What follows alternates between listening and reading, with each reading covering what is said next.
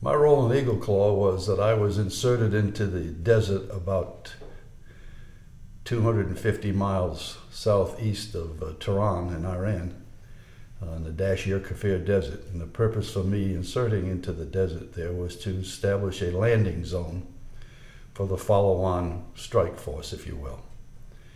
And after taking some soil samples and setting up some clandestine lights, I returned to the States to again go back into Iran, which has been now termed Desert 1, with the assault force. After Eagle Claw, we knew that special operations was going to be a growing business. So the impact was obvious that we were probably going to, in the future, put more and more special operators into harm's way. And indeed, that's exactly what happened. And if you put more of our special operations into harm's way, the good chances are that we'll lose some lives and end up with some families with some needs, such as college educations for the children. And that's exactly where we concentrated on after Eagle Claw, of taking care of the children. One of the things that we've said early on in the beginning of the Special Operations Warrior Foundation is that there's one thing we can take out of the rucksack of the special operator is the worry about their children and their college education.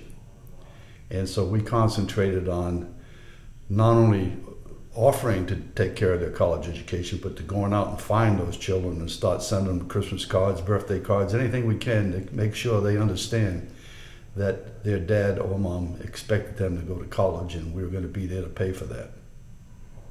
So we set out to find these 60 families that we had promised their missing parent that we would provide their college education.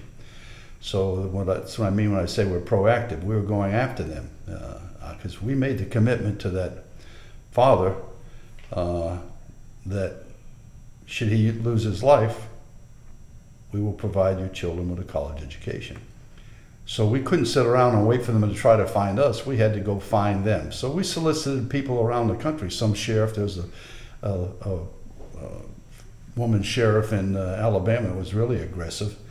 I'd hate to have her looking for me, but she found quite a few families for us, and other people around associated with us in the community started out helping us to find these children. So as soon as we find them, we would send them a letter promising them the college education.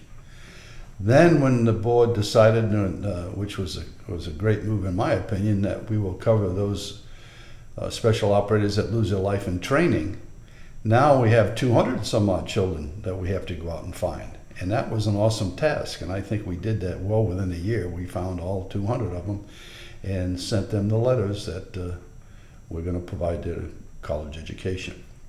And that was done by some tenacious work by the staff here at the Special Operations Warrior Foundation, as well as members of the community and special operations that knew why we were asking the questions of where they were and helped us to find these children.